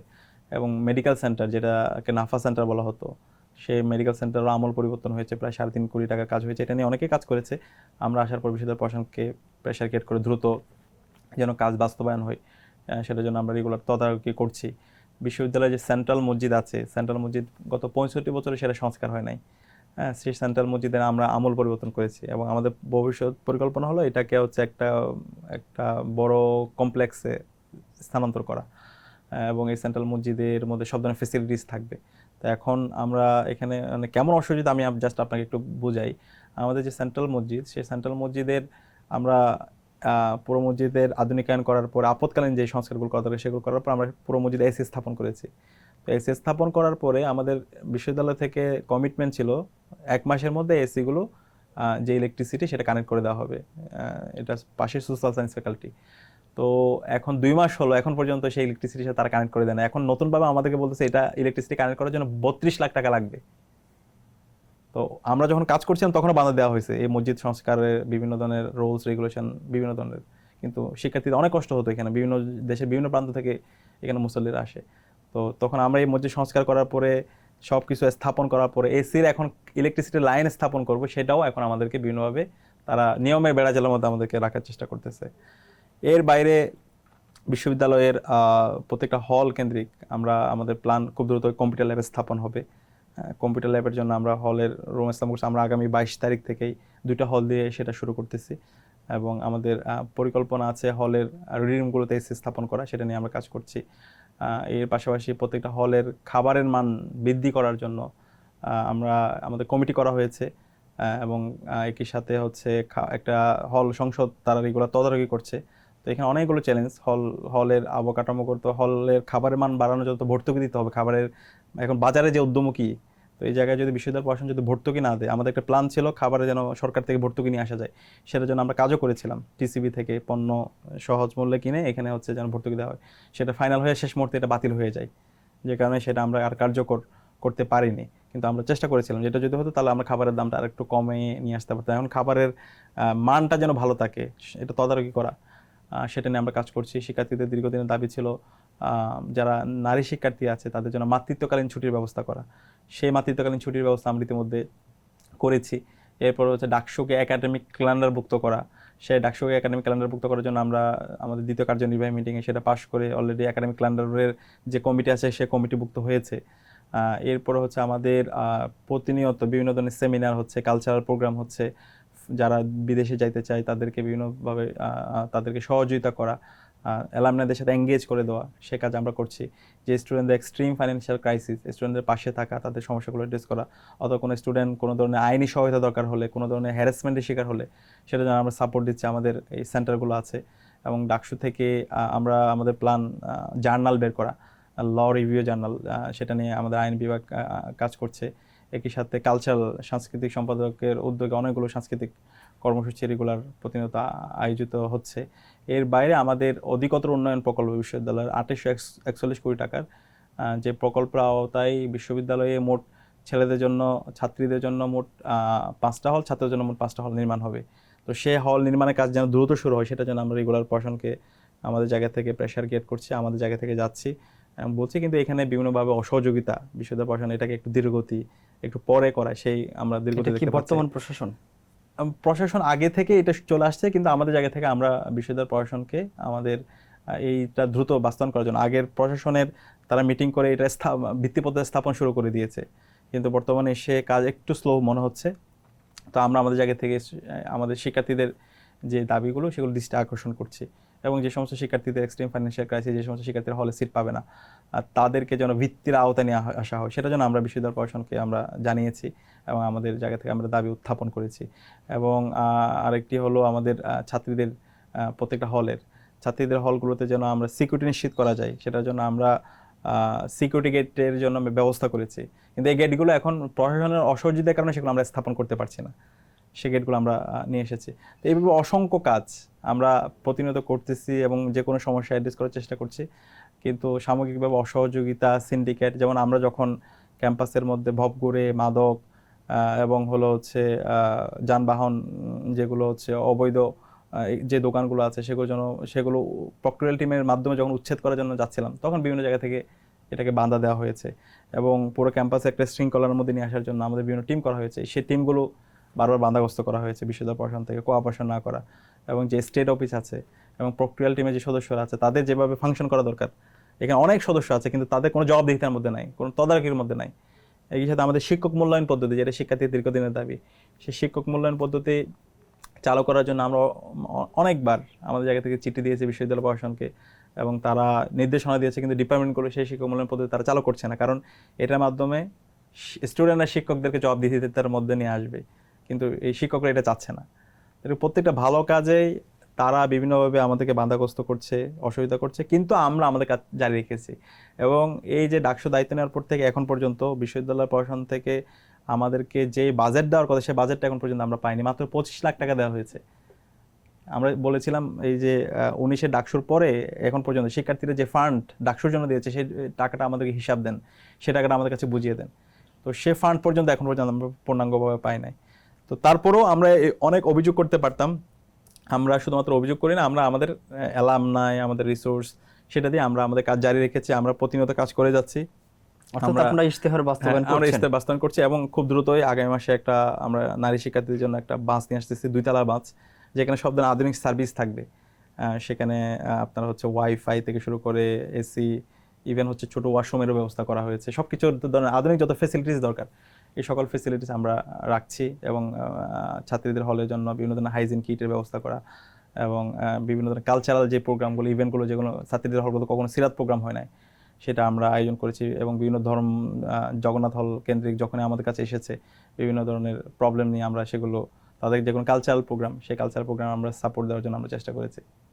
আপনি যেহেতু ঢাকা বিশ্ববিদ্যালয়ের ছাত্র শিবিরের সভাপতি ছিলেন, এখন কেন্দ্র থেকে দায়িত্ব পালন করছেন, আবার এইদিকে ডাকসুর ভিপি হিসেবে আছেন, এই ডাকসুকে ব্যবহার করে বা ডাকসুর যেহেতু ভিপি হয়েছেন, একটা প্রভাব তো নিশ্চয়ই তৈরি হয়েছে, সেই প্রভাবকে ব্যবহার করে ছাত্র শিবিরকে শক্তিশালী করার চেষ্টা করছেন কিনা? না, ক্যাম্পাসে কখনো বলতে পারবে না আমি ডাকসুর বিপি হিসাবে কাউকে আমার এই পদ ব্যবহার করে, কখনো এই পদ ব্যবহার করে কারো উপর অধিকার হরণ করেছি একটা স্টুডেন্টও বলতে পারবেন আল্লাহর রহমতে। আমি বলেছি, আমি ঢাকা বিশ্ববিদ্যালয়ের শিক্ষার্থীদের কাছে ডাকসুর ভিপি হিসেবে পরিচয় দিতে চাই না। আমি তার একজন ভাই হিসেবে আমি তাকে পরিচয় দিতে চাই। আমার একজন বোনের আমি ভাই হিসেবে পরিচয় দিতে চাই। আমি আমার যে শিক্ষক, তার একজন ছাত্র হিসাবে আমি নিজেকে পরিচয় দিতে চাই। আমার যে সহপাঠী, তার আমি একজন বন্ধু হিসেবে পরিচয় দিতে চাই। তো আমরা কখনো অধিকার হরণ করিনি। আমি শিক্ষার্থীদের অধিকার নিশ্চিত করার জন্য, তাদের ন্যায্যতা নিশ্চিত করার জন্য আমরা কাজ করছি। এবং এই ক্যাম্পাসে কখনো শিবিরের এজেন্ডা বাস্তবায়ন, সেটাও আমরা কখনো, অথবা অন্য কোনো ছাত্র সংগঠনের এজেন্ডা, আমরা যখন প্রোগ্রাম আয়োজন করি আমি সবাইকে ইনভাইট করি। যেমন আজকে আমাদের একটা প্রোগ্রাম আছে, যে গণভোট এবং অধ্যাদেশ, ছাত্র নেতৃত্বের ভূমিকা। আমরা সকল ছাত্র সংগঠন, আমি গতকাল সকল ছাত্র সংগঠনকে দাওয়াত দিয়েছি, ছাত্রদল, বামপন্থী ছাত্র সংগঠন এবং যতগুলো ছাত্র সংগঠন বাংলাদেশে আছে সবাইকে, আমি কেন্দ্রীয় সভাপতিদেরকে ফোন দিয়েছি। এই দাওয়াত দেওয়া নিয়ে যদি বলি, দাওয়াত দেওয়ার কথা বলছেন, কিন্তু আমরা যেমনটা আসলে দেখা যায় যে আপনাদের ডাকসুর যত অনুষ্ঠান হয়, যত আয়োজন হয়, সব জায়গায় আপনাদের মতাদর্শের যে লোকজনগুলো, তাদেরকেই অতিথি হিসেবে দেখা যায়। এটা কতটা যৌক্তিক? না, আমরা সবাইকে দাওয়াত দিই। এখন কেউ যদি না আসে, তার ব্যস্ততা দেখায়, শিক্ষার্থীদের মুখোমুখি যদি কেউ হতে না চায়, তাহলে দায়টা কি ডাকসুর নাকি হচ্ছে ওনাদের? তো এটা তো ওনাদেরকে কোয়েশ্চেন করা দরকার। ডাকসুর এটা তো সবার প্ল্যাটফর্ম। ধরুন এখন গণভোট, জুলাই সনদ এবং যে অধ্যাদেশগুলো বাতিল হয়েছে, সেটা নিয়ে অনেক কথা হচ্ছে। তো সেগুলো নিয়ে তো আপনার পাবলিক পরিসরে আসেন, ডাকসুতে আসেন, কথা বলেন, শিক্ষার্থীদের মুখোমুখি হন, শিক্ষার্থীদের কাছে আপনাদের যে অপিনিয়ন সেটা দেন, ডিবেট হোক। আমরা সেটাই চাচ্ছিলাম, কিন্তু আমরা তখন যোগাযোগ করছি, তখন তারা আসার সেই সাহস দেখাতে পারছে না।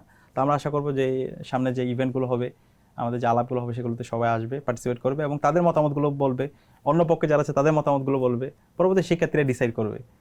তো সে জায়গায় আমাদের কোনো হীনমন্যতা না। আমরা প্রত্যেকটা আয়োজনে, আমাদের যে ইফতার কর্মসূচি হয়েছে, আমরা যে সম্মেলন করেছি, প্রত্যেকটা কর্মসূচিতে যত স্টেক হোল্ডার আছে ফেসিবাদ বিরোধী, সবাইকে আমরা দাওয়াত দিই, কাউকে বাদ দিই না, সবাইকে। কিন্তু অনেকে বিভিন্ন ব্যস্ততা, তাদের বিভিন্ন ধরনের ব্যস্ততার কথা বলে তারা প্রোগ্রামগুলোতে পার্টিসিপেট করতে পারছে না। তো আমরা আশা করি সামনে তাদের ব্যস্ততা কমবে এবং আমাদের সাথে পার্টিসিপেট করবে, শিক্ষার্থীদের মুখোমুখি হবে, শিক্ষার্থীদের কাছে তাদের কথাগুলো বলবে। ডাকসুর পর থেকে বেশ কয়েকটা বিশ্ববিদ্যালয়ে লাগাতার নির্বাচন হয়েছে ছাত্র সংসদ, আবার বেশ কয়েকটা বিশ্ববিদ্যালয়ে আটকে আছে নির্বাচন, ছাত্র সংসদ যেটা আটকে থাকার কারণটা আপনার কাছে কি মনে হয়? এটা খুবই অপ্রত্যাশিত। জুলাই বিপ্লব পরবর্তী একটা গণতান্ত্রিক ক্যাম্পাস আমরা দেখতে পেয়েছি। প্রতিটি ক্যাম্পাসে ছাত্র সংসদ নির্বাচন হয়েছে। প্রতিটি ক্যাম্পাস বলতে 5টা ক্যাম্পাস এবং অন্যান্য ক্যাম্পাসগুলোতে সেই ঢেউ শুরু হয়েছে। এবং প্রত্যেকটা ক্যাম্পাসে শিক্ষার্থীদের প্রত্যাশা ছিল তাদের নির্বাচিত প্রতিনিধিরাই ক্যাম্পাসে নেতৃত্ব দিবে এবং ছাত্র রাজনীতির আমূল পরিবর্তন হবে। তো আমরা সে আলোকে দেখতে পেয়েছি পরবর্তীতে 5টা ক্যাম্পাসে ছাত্র সংসদ নির্বাচন হওয়ার পরে আরও 2টা ক্যাম্পাসের ছাত্র সংসদ নির্বাচন, যেটা হচ্ছে শাহজালালের বিজ্ঞান ও প্রযুক্তি বিশ্ববিদ্যালয়ের ছাত্র সংসদ নির্বাচন এবং বেগম রোকেয়া বিশ্ববিদ্যালয়ের ছাত্র সংসদ নির্বাচনের তফসিল ঘোষণা করা হয়েছিল। কিন্তু আমরা দেখতে পেয়েছি আজকে যে দল ক্ষমতায়, বিএনপি, তারা তাদের আইনজীবীদের মাধ্যমে রিড করে এবং নির্বাচন কমিশনকে ব্যবহার করে এই নির্বাচনকে তারা বন্ধ করে দিয়েছিল, যেটা খুবই অপ্রত্যাশিত। যারা বলে যে আমরা গণতন্ত্রের জন্য দীর্ঘ সময় জুড়ে লড়াই করেছি, গত 16 বছর জুড়ে আমরা লড়াই করেছি, তারাই এই ক্যাম্পাসের ছাত্র সংসদ নির্বাচনগুলো বন্ধ করে দিবে এভাবে আদালতকে ব্যবহার করে, সেটা খুবই অপ্রত্যাশিত। কারণ কি হতে পারে? তারা শিক্ষার্থীদেরকে ভয় পায়, আমার কাছে মনে হয় তাদের কনফিডেন্স নাই। তারা মনে করে শিক্ষার্থীরা তাদের যে রাজনীতি সেটাকে পছন্দ করছে না। এবং 5টা ছাত্র সংসদ নির্বাচনে শিক্ষার্থীরা যেভাবে ইনসাফের যে প্রতিনিধি তাদেরকে গ্রহণ করেছে, বাকি ক্যাম্পাসগুলোতে সেই ধরনের ফলাফল হবে।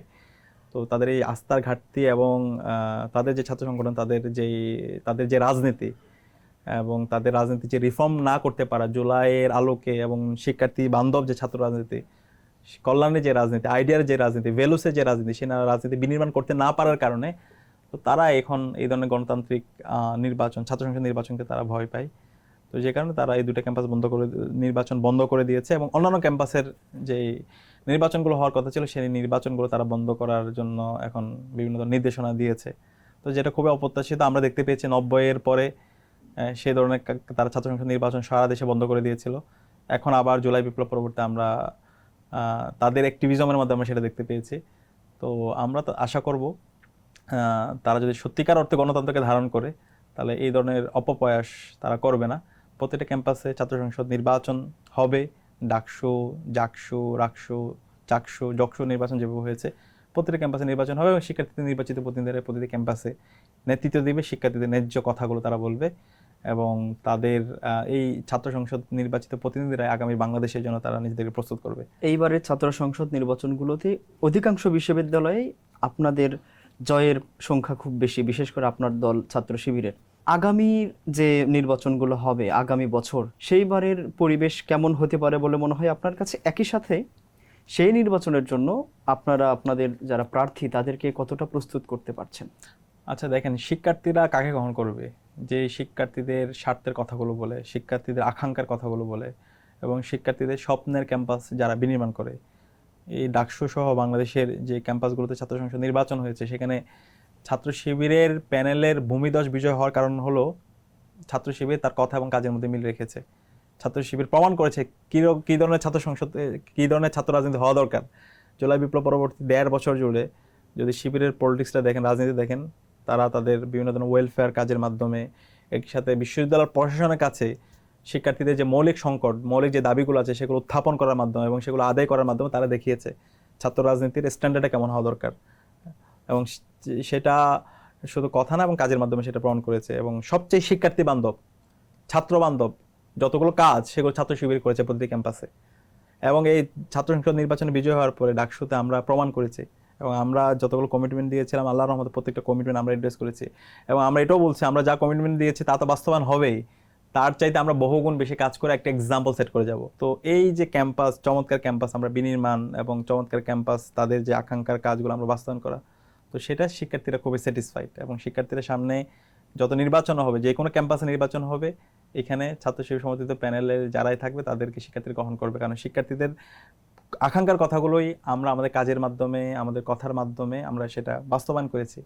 এবং শিক্ষার্থীদের যে মুক্তির লড়াই, তাদের যে প্রত্যাশা, সেটা পরিপূর্ণভাবে বাস্তব না হওয়ার আগ পর্যন্ত আমরা আমাদের লড়াই চালিয়ে যাব। আমি চাই সবাই রিফর্ম হোক, সবাই এই ধরনের ভালো কাজের প্রতিযোগিতা করুক, ভালো কাজের মাধ্যমে শিক্ষার্থীদের কাছে যাক, কোনো ধরনের জোর জবরদস্তি না, বরং তার আইডিয়া নিয়ে, তার মেধা নিয়ে, তার কাজের মাধ্যমে, তার ওয়েলফেয়ারের মাধ্যমে। প্রার্থী বাছাই করেছেন? না, প্রার্থী তো এখনো তো সময় আছে, সামনে যে সময় আছে এর মধ্যে শিক্ষার্থীদের কথাগুলো যে বলবে সের মাধ্যমে আপনারা প্রার্থী পেয়ে যাবেন। বিগত 17 বছর আপনাদেরকে নিয়ে একটা অভিযোগ যেটা ভেসে বেড়ায়, যে আন্ডারগ্রাউন্ড পলিটিক্স করেছেন, গুপ্ত সুপ্ত যেটাই বলা হোক, এখন আবার প্রকাশ্যে রাজনীতি করছেন। এই দুই সময়ের অভিজ্ঞতার পার্থক্য কেমন দেখছেন? না, এটা তো গত 16 বছরে জুলাই বিপ্লবের পূর্বে বাংলাদেশের সবচেয়ে বেশি জুলুম হয়েছে ইসলাম ছাত্র শিবিরের উপর, ইতিহাসের সবচেয়ে বড় পরিচিত জুলুম, যেটা বাংলাদেশে আর কোনো সংগঠনের উপর হয়নি। অন্যরা পার্টি অফিস খুলতে পারছে, বসতে পারছে, তাদের পরিচয় দিতে পারছে, কিন্তু ছাত্র শিবির পরিচয় পেলে তাকে মেরে ফেলা বৈধ ছিল। তার বিরুদ্ধে মামলা, হামলা, গুম, খুন সব কিছু বৈধ। ছাত্র শিবিরের ওয়ালি ও লাল মুকাদ্দিস ইসলাম বিশ্ববিদ্যালয়ের ছাত্র শিবির নেতা ছিল, তারা এখনো গুম অবস্থায় আছে, কোথায় আছে আমরা জানি না। এবং গুম কমিশনের যে রিপোর্ট, সেই রিপোর্ট আপনারা দেখেছেন, একক ছাত্র সংগঠন হিসাবে সবচেয়ে বেশি গুমের শিকার হয়েছে ইসলাম ছাত্র শিবির, প্রায় 31%। একই সাথে ছাত্র শিবিরের প্রত্যেকটা অফিসকে সিলগালা করে দেওয়া হয়েছিল। ছাত্র শিবিরের যখন কাউকে ক্যাম্পাসে পরিচয় পাওয়া গেছে, তাকে সারা রাত ধরে নির্যাতন করা হয়েছে। এরপরে তাকে থানায় দিয়ে মামলা দেওয়া হয়েছে, তাকে বিশ্ববিদ্যালয় থেকে বহিষ্কার করা হয়েছে। সেই ধরনের আমরা জুলুম নির্যাতন দেখতে পেয়েছি। তাদের সামাজিক অনুষ্ঠান থেকে, বিয়ের অনুষ্ঠান থেকে তাকে ধরে নিয়ে যাওয়া হয়েছে, বাসা থেকে ধরে নিয়ে গিয়ে কোরআন, হাদিস, ইসলামিক বইকে জঙ্গি বই হিসাবে তাদেরকে সাব্যস্ত করা হয়েছে। এইভাবে বর্বরচিত জুলুম নির্যাতনের মধ্যে দিয়ে ইসলাম ছাত্র শিবিরকে যেতে হয়েছে, কিন্তু ছাত্র শিবির এক মুহূর্তের জন্য তার কাজ বন্ধ রাখেনি। ক্যাম্পাসগুলোতে স্ট্র্যাটেজিক কারণে ছাত্র শিবির পাবলিকলি ঘোষণা দিয়ে কাজ করতে পারেনি, কিন্তু সারা দেশের, আপনি ছাত্র শিবির পেজে যান, সারা দেশের সকল আন্দোলন সংগ্রামে ছাত্র শিবির ছিল, জনপরিসরে ছাত্র শিবির ছিল, সকল কাজের সাথে ছাত্র শিবির এঙ্গেজ ছিল। কিন্তু তখন মিডিয়া ছাত্র শিবিরকে কোনো ধরনের সাপোর্ট দেয় না। ছাত্র শিবিরের যে কাজগুলো আছে সেটা পাবলিক পরিসরে আসতে দেওয়া হয় না। ছাত্র শিবিরকে সবসময় আদারিং করা হয়েছে, ছাত্র শিবিরকে ডিহিউম্যানাইজ করা হয়েছে, বিমানবীকরণ করা হয়েছে। তো আজকে জুলাই বিপ্লব পরবর্তী ছাত্র শিবির তার অধিকার ফিরে পেয়েছে, জনপরিসরে আসার সেই সুযোগ পেয়েছে, এবং এই জুলাই বিপ্লব পরবর্তী ছাত্র শিবির প্রমাণ করেছে ছাত্র শিবির কেমন সংগঠন। যেটা এখন পাবলিকলি আমরা করতে পারছি, সেটা কিন্তু আমরা ৭৭ সাল শিবিরে যখন প্রতিষ্ঠা হয়েছে, 1977 সাল থেকে আমাদের এই কাজ শুরু হয়েছে, কিন্তু ফেসিবাদী আমলে আমাদেরকে পাবলিক পরিসরে সে কাজগুলো করার স্পেস দেওয়া হয়নি। এটা নিয়ে কোয়েশ্চেন আপনার করা দরকার, কেন ছাত্র শিবিরের উপর ইতিহাসের এই বর্বরচিত জুলুম হয়েছে, সেটা নিয়ে তো আপনাদের এই যে অধিকার হরণ, সেটা নিয়ে তো কথা বলা দরকার। আমরা দেখতে পেয়েছি তখন মানে জাহাঙ্গীরনগর বিশ্ববিদ্যালয়ে একটা পাখি মারলে সেটার বিচার হতো, কিন্তু ছাত্র শিবির সন্দেহে মেরে ফেললে সেটা নিয়ে কোনো কথা হতো না। তো এইটা নিয়ে তো কথা বলা দরকার। এই যে শিবির, এটা কি অপরাধ? এইভাবে যে হচ্ছে শিবির উপর ইতিহাসের বর্বরচিত জুলুম করা হয়েছে, নির্যাতন করা হয়েছে, দিনের পর দিন তাদের বাড়িঘর বুলডোজার দিয়ে ভেঙে দেওয়া হয়েছে। ইসলাম ছাত্র শিবিরের যে কেন্দ্রীয় সভাপতি, টানা 57 দিন রিমান্ডে দেওয়া হয়েছে দেলাওয়ার হোসেন ভাইকে। সেগুলো নিয়ে আমরা দেখতে পেয়েছি তখন সবাই সাইলেন্ট ছিল এবং এটাকে বৈধতা দিয়েছে। এবং যে ক্রুশাল সময় ছিল যখন কেউ রাজপথে নামে নাই, মরহুমা বেগম খালেদা জিয়া যখন মার্চ ফর ডেমোক্রেসি কর্মসূচি ঘোষণা দিয়েছিল, সেই সময়ে তার দলের নেতাকর্মীরা রাজপথে নামে নাই 2013 সালের 29শে ডিসেম্বর। তখন ছাত্র শিবিরের নেতা মনসুর রাজপথে নেমে তার জীবন উৎসর্গ করেছিল। তো কিন্তু আমরা তাদেরকে স্মরণ রাখি না, আমরা তারপরও বলে যে না, ছাত্র শিবির গুপ্ত। কিন্তু এইগুলো জানার পরও কিছু লোক আছে, তাদের জানার পরও তাদের চোখ হচ্ছে অন্ধ, তারা এখন বধির হয়ে গেছে, তারা শুনে না। তারা ওই যে বলতে হবে, দায় দিতে হবে, সেখান থেকে দায় দেওয়া। তো এই যে জুলুম হওয়া, নির্যাতন হওয়া, এই প্রত্যেকটা জিনিস আমাদের আজকে এই মানুষগুলোকে আমাদেরকে শ্রদ্ধার সাথে স্মরণ করা দরকার। অন্তর্বর্তী সরকার ছাত্র জনতার চাহিদা কতটুকু পূরণ করতে পেরেছে?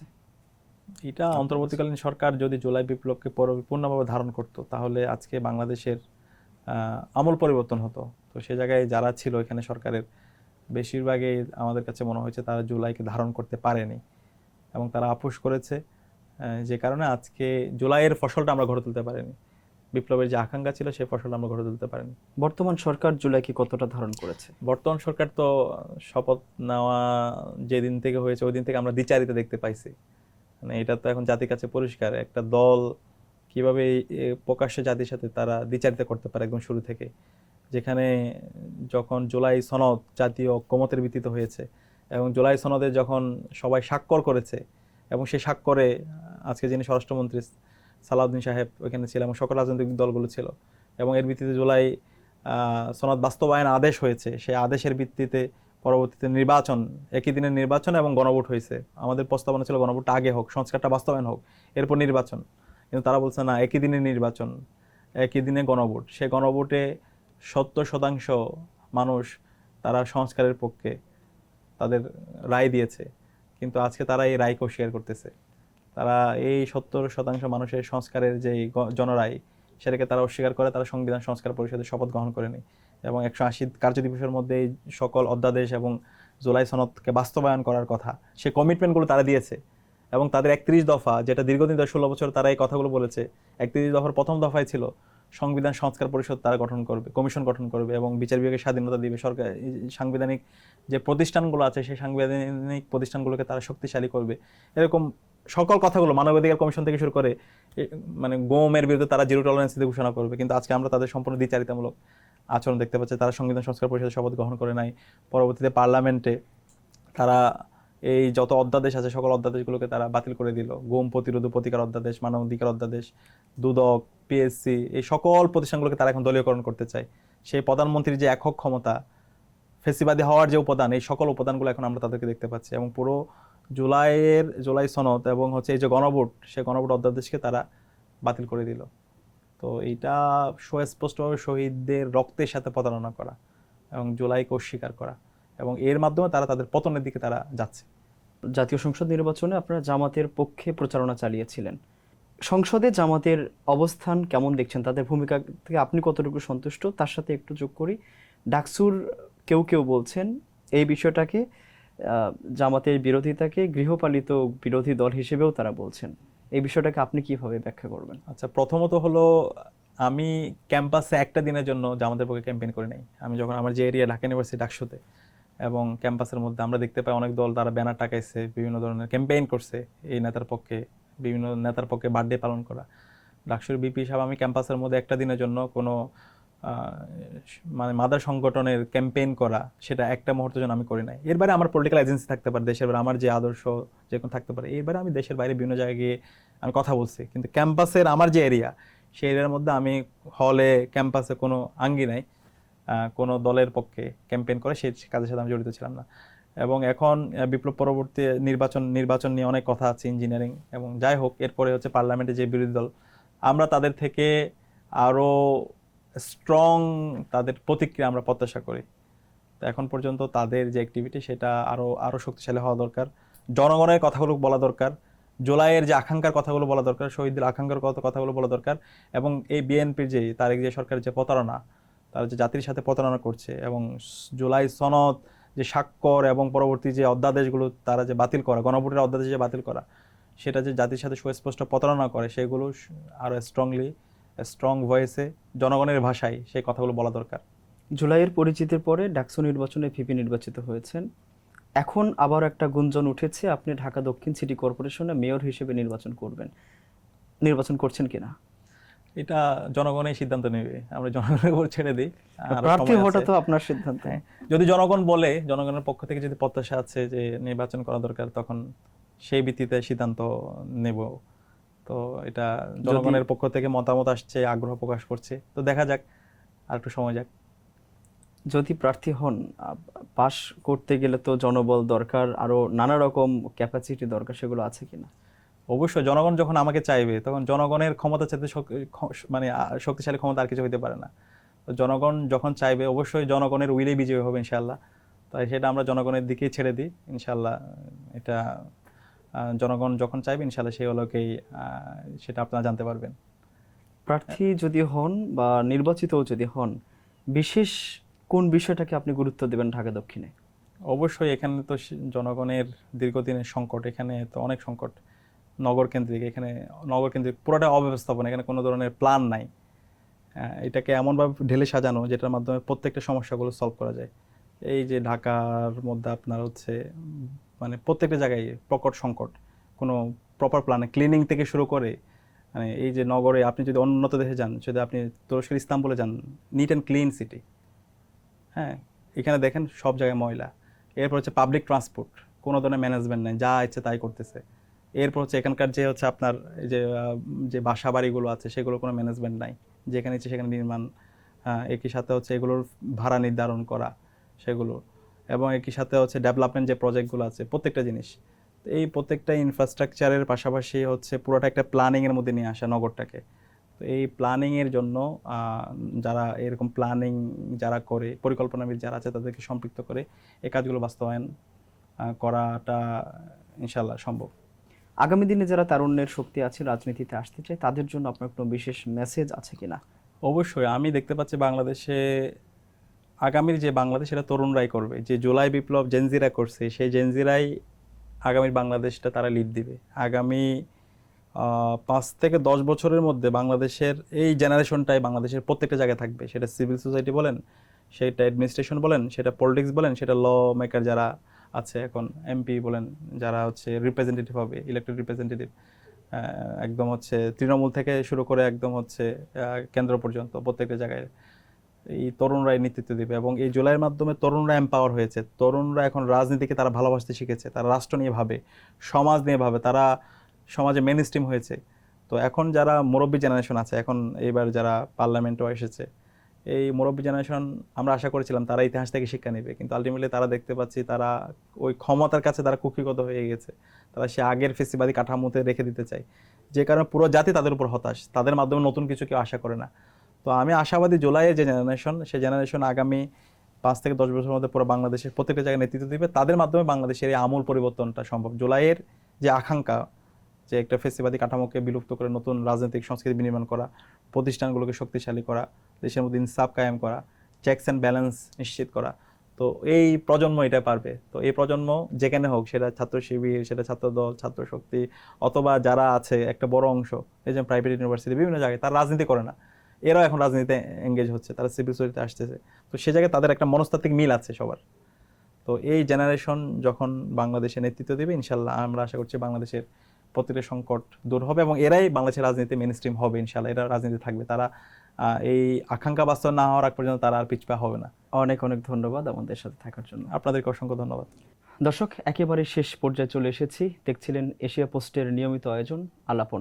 আজকে অতিথি ছিলেন ঢাকা বিশ্ববিদ্যালয় কেন্দ্রীয় ছাত্র সংসদ ডাকসুর ভিপি সাদিক কায়েম। পরবর্তীতে নতুন আলাপনে থাকবেন নতুন কোন অতিথি। ততক্ষণ ভালো থাকবেন, সুস্থ থাকবেন, শুভেচ্ছা নিরন্তর।